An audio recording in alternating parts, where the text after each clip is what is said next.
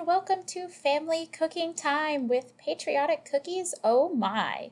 Your kit will include 3 cups of flour, 1/2 teaspoon of baking powder, 1/2 teaspoon of salt,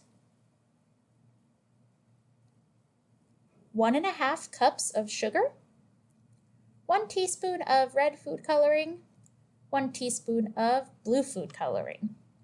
From home, you'll need 1 cup of butter, which is 2 sticks, 2 eggs, and 2 teaspoons of vanilla extract.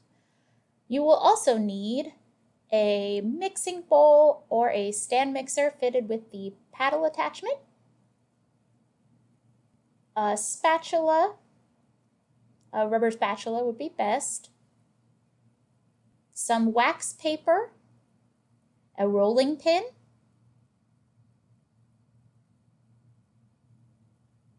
some parchment paper, and some baking sheets, and a large kitchen knife. Okay, to begin, we are going to start by creaming our butter and our sugar. So go ahead and unwrap your 2 sticks of butter into your large mixing bowl. And then we are going to add our sugar. Go ahead and lock your stand mixer, and I always just mix it on low until it's nice and combined. I don't really worry about getting too much like light and fluffiness here. Go ahead, and next we're gonna crack our 2 eggs into the mixing bowl. This might be a fun time to get your kids involved. It's like always a good skill to learn how to crack an egg. And then once you get your eggs in, again, I just keep my stand mixer on the lowest setting and mix until everything is nice and combined. I'm doing it in fast motion here, but I just leave it on the lowest setting. And in between steps, I always just kind of hit the side of my bowl with the beater to just get everything off of the paddle.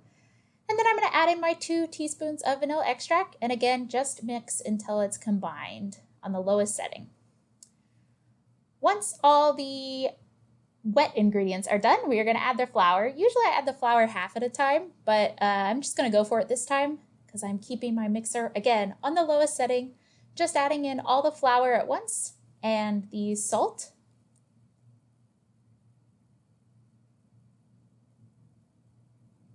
And the baking powder. It doesn't matter what order you add these 3 in, it's all the same. Just, again, be a little bit careful. I do try and scrape a little bit and keep my mixer on the lowest setting so that flour doesn't fly all over my kitchen. And you want to mix this until it just starts to come together. So once you've got this kind of dough initially done, we're really going to be splitting this into 3 colors. So what I'm going to do is just scrape this beater as well as I can, get all the dough off of it. And then we're going to take it out of our mixing bowl with a spatula. And I just put it on my clean countertop. You don't have to put any flour down or anything. I just scrape it all out of the bowl and put it in a nice big pile on my countertop. Then I am going to take my bench scraper. You can also use a big kitchen knife. And I'm just going to kind of eyeball it and split this dough into 3 even parts. It'll be a little bit sticky. You don't want to do any kneading because you don't want any gluten to develop. That'll give you tough cookies. But I'm just going to split it into 3 parts, toss 1 back in my mixing bowl, toss 1 onto a piece of wax paper, and then I'm going to leave the last one just on my bench scraper on the countertop next to the mixing bowl. And then with this one that's already on the wax paper, this is going to be the white portion of our red, white, and blue cookies. I'm just kind of forming it softly into a square with my hands. Again, not kneading it, just kind of patting it lightly into a square-ish shape. And then I'm just going to wrap it in wax paper and toss it in my refrigerator. Once you've got the white portion done, we are going to move on to making the red portion of our cookie dough. So I'm going to do it here in 2 parts because I wasn't quite sure how much of this liquid that I needed to make the nice red color. But luckily, I've got it all figured out for your kits. So it's going to be about 1 teaspoon each of just the regular liquid food coloring. And we don't want to mix this very much. You want to mix this as minimally as possible because you don't want this to be like bread. You want it to be like cookies. So add in your food coloring, mix it again on low until the color just comes together and is spread throughout. You can use your spatula instead of the mixer if you think that will be a little bit more efficient. Sometimes it is. And then I'm just going to scrape as much as I can out of the bowl and make the same kind of packet as I did with the white portion of the dough. Make sure in between these portions, in between the blue and the red, you are going to you're going to wash your mixing bowl and your paddle as well as you can because you don't accidentally want white, red, and purple cookies, right? So you have to make sure that we are going to drop that last lump of dough into our perfectly clean mixing bowl.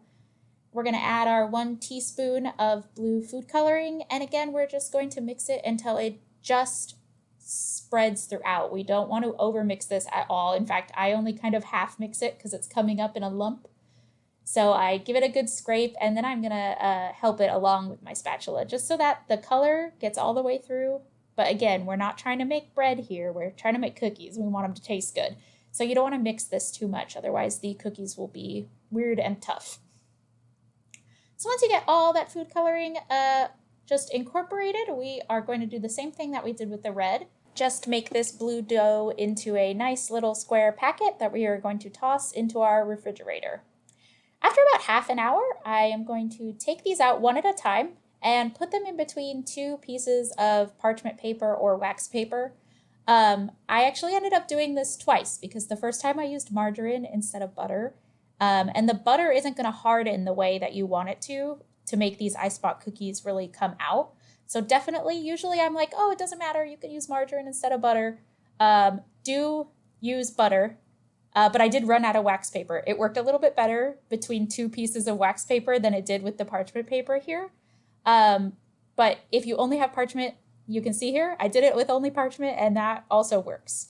So what I'm doing here is we're just rolling out our 2 packets, the red packet and the white packet, until they're about 1/8 of an inch thick. I always go a little thicker than I should, but about 1/8 of an inch is what we're aiming for here. And I bring the red one over because you want these shapes to be roughly the same size. 2 big rectangles. Then we are going to peel off the top layer of paper from both the red and the white. And very scientifically, we are going to plop the white as centered as you can right on top of the red. So we're making a nice little sandwich. In a perfect world, they'd be the exact same shape. And then we are going to roll out the blue in the exact same manner. We're just aiming for a big rectangle that's about 1/8 of an inch thick. If you need to rip off a little bit and then re-roll it kind of onto the bottom like I did there very quickly, that's totally fine. Doesn't matter. We're gonna take the top layer of parchment paper off of our blue layer and then the top layer of parchment paper off of our white and red sandwich. And again, we're going to very scientifically plop that blue piece onto the white. Give it a little bit of a rub down just so that the dough sticks to the dough instead of to the paper. I give it a little bit more of a roll. What we finally want this to be is about 1/4 of an inch thick, and each layer is 1/8 of an inch thick. So I give it a little bit more of a roll after just so all the layers stick together and so that it's the right thickness.